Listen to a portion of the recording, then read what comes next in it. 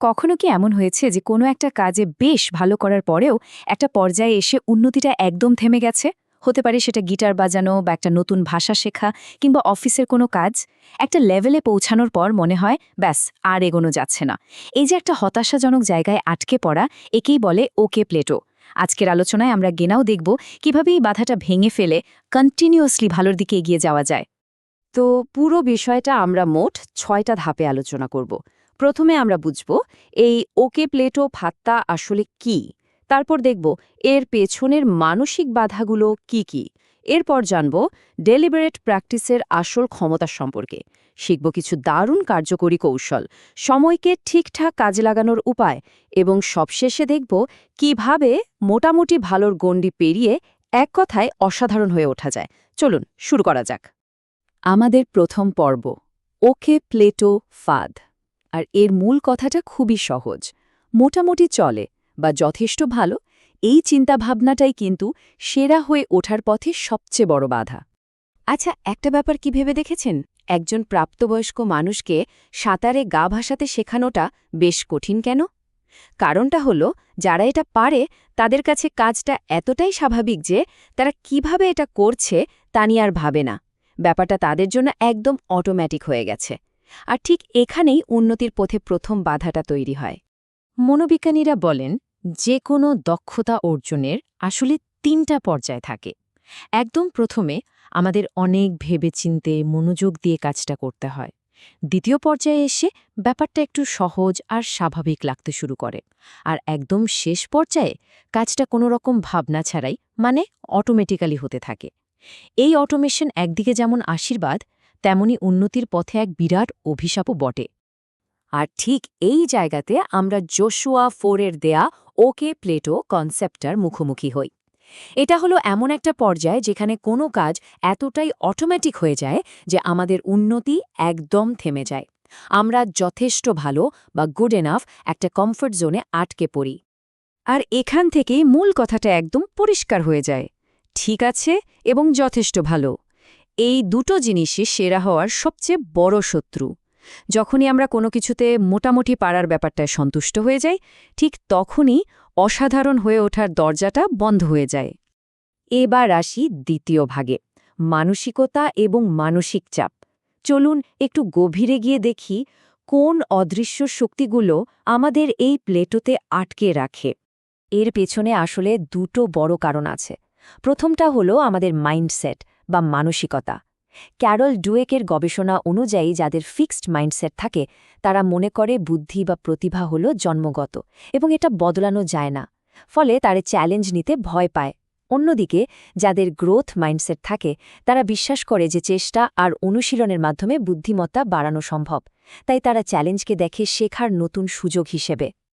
আর দ্বিতীয় কারণটা হলো কগনিটিভ লোড, বা সহজ কথায় বললে আমাদের মস্তিষ্কের ওপর কাজের চাপ।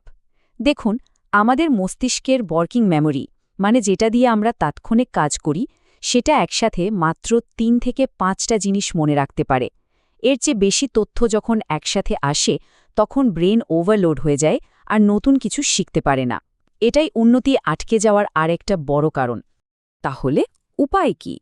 উপায় হলো এই মানসিক চাপটাকে কন্ট্রোলে আনা। মানে শেখার বিষয়গুলোকে ছোট ছোট অংশে ভাগ করে নেওয়া, সহজ ছবি ব্যবহার করা আর আশেপাশে যা কিছু মনোযোগ নষ্ট করে সেগুলোকে সরিয়ে ফেলা। এইভাবে করলেই কিন্তু শেখার প্রক্রিয়াটা অনেক বেশি সহজ আর কার্যকর হয়ে ওঠে। এবার আসি তৃতীয় ভাগে, ডেলিবারেট প্র্যাকটিস বা সচেতন অনুশীলন। এই যে অটোমেটিক হয়ে যাওয়ার ফাঁদ, সেখান থেকে বের হওয়ার সবচেয়ে শক্তিশালী উপায় কিন্তু এটাই। এখন ডেলিবারেট প্র্যাকটিস মানে কিন্তু শুধু ঘন্টার পর ঘন্টা একভাবে অনুশীলন করা নয়। এর আসল মানে হলো সিস্টেম্যাটিকভাবে সেই জায়গাগুলোতে ফোকাস করা যেখানে দুর্বলতা আছে, নিজের কমফর্ট জোনের বাইরে গিয়ে চেষ্টা করা আর ব্যর্থতাকে শেখার অংশ হিসেবে মেনে নিয়ে সামনে এগিয়ে যাওয়া। হ্যাঁ, এটা সহজ নয়, কিন্তু অসাধারণ হতে গেলে এর কোনো বিকল্প নেই। জোশুয়া ফোর এই প্লেটো ভাঙার জন্য খুব কাজের 4টা নীতির কথা বলেছেন। ১. নিজের আরামের জায়গার বাইরে গিয়ে কাজ করুন আর ব্যর্থতা থেকে শিখুন। ২. নিজের চেয়েও বেশি আত্মবিশ্বাসী কারো মতো করে ভাবুন এবং কাজ করুন। ৩. গঠনমূলক সমালোচনা এবং ফিডব্যাক খুঁজে বের করুন। আর 4 নিজের অনুশীলনকে একটা সায়েন্টিফিক এক্সপেরিমেন্টের মতো দেখুন, যেখানে হাইপোথিসিস থাকবে, টেস্টিং থাকবে এবং অ্যানালাইসিসও থাকবে। বেশ, এবার আসি চতুর্থ ভাগে। প্র্যাকটিস তো করা হলো, কিন্তু শেখাটাকে কিভাবে আরও মজবুত করা যায়, কিভাবে সেটাকে মাথায় গেঁথে ফেলা যায়, চলুন কিছু কার্যকর কৌশল দেখে নিই। শেখার দুটো পদ্ধতির মধ্যে আকাশ পাতাল তফাত আছে। একটা হলো প্যাসিভ রিভিউ, যেমন ধরুন কোনো কিছু বারবার পড়া বা হাইলাইট করা, এতে একটা ভ্রম তৈরি হয় যে আমরা সব জানি, কিন্তু আসল কাজটা করে অ্যাক্টিভ রিকল, মানে মস্তিষ্ককে জোর করে তথ্য মনে করতে বাধ্য করা, যেমন ধরুন ফ্ল্যাশকার্ড ব্যবহার করা বা নিজেকে নিজে প্রশ্ন করে উত্তর দেওয়া। আর একটা অত্যন্ত শক্তিশালী কৌশল হলো স্পেসড রেপিটেশন। এর মূল আইডিয়াটা খুব সিম্পল, কোনো কিছু ভুলে যাওয়ার ঠিক আগ মুহূর্তে সেটাকে আবার ঝালিয়ে নেওয়া, যেমন প্রথমে 1 দিন পর, তারপর 3 দিন পর, তারপর 1 সপ্তাহ পর। এভাবে সময়ের ব্যবধান বাড়িয়ে রিভিউ করলে তথ্যগুলো দীর্ঘ সময়ের জন্য মনে থাকে। একটা স্পেসড রেপিটেশন শিডিউল বাস্তবে দেখতে অনেকটা এরকম হতে পারে। ধরুন প্রথম দিন নতুন কিছু শিখলেন, দ্বিতীয় দিন কোনো নোট না দেখে সেটা মনে করার চেষ্টা করলেন, 1 সপ্তাহ পর একটা ছোট কুইজ দিলেন, আর 1 মাস পর ফাইনাল রিভিউ করলেন। ব্যাস। আমাদের পঞ্চম ভাগ, মনোযোগের জন্য সময়কে সাজানো। দেখুন, সেরা কৌশল জানলেই তো হবে না, সেটাকে কাজে লাগানোর জন্য একটা ভালো সিস্টেমও দরকার। এখানে ক্যাল নিউপোর্টের টাইম ব্লকিং পদ্ধতিটা অসাধারণ কাজ করে। এই পদ্ধতিতে নিজের ক্যালেন্ডার বা রুটিনকে ছোট ছোট ব্লকে ভাগ করে নেওয়া হয়।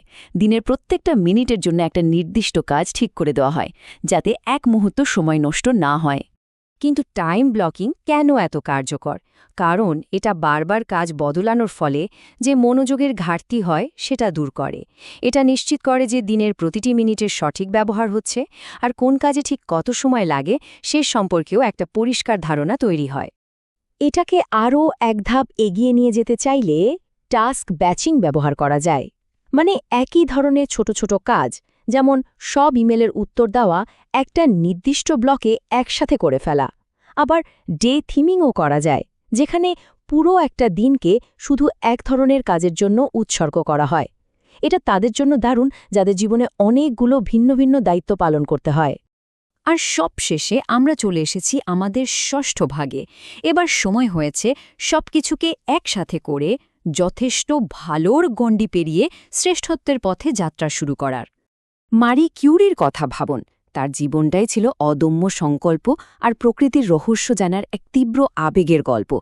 তিনি কিন্তু দুটো ভিন্ন ভিন্ন বিষয়ে নোবেল পুরস্কার জিতেছিলেন। তার এই অবিশ্বাস্য যাত্রা আসলে গ্রোথ মাইন্ডসেট আর ডেলিবারেট প্র্যাকটিসের এক জীবন্ত উদাহরণ। তিনি কখনোই মোটামুটি ভালোতে থেমে থাকেননি। আর এই পুরো আলোচনার শেষে প্রশ্নটা কিন্তু একটাই, নিজের জীবনের কোন ওকে প্লেটো সবার আগে ভাঙা প্রয়োজন? কারণ শ্রেষ্ঠত্বের দিকে যাত্রাটা শুরু হয় একটা ছোট সিদ্ধান্ত থেকে, আর সেই সিদ্ধান্তটা হলো যথেষ্ট ভালোতে আর থেমে না থাকার সিদ্ধান্ত।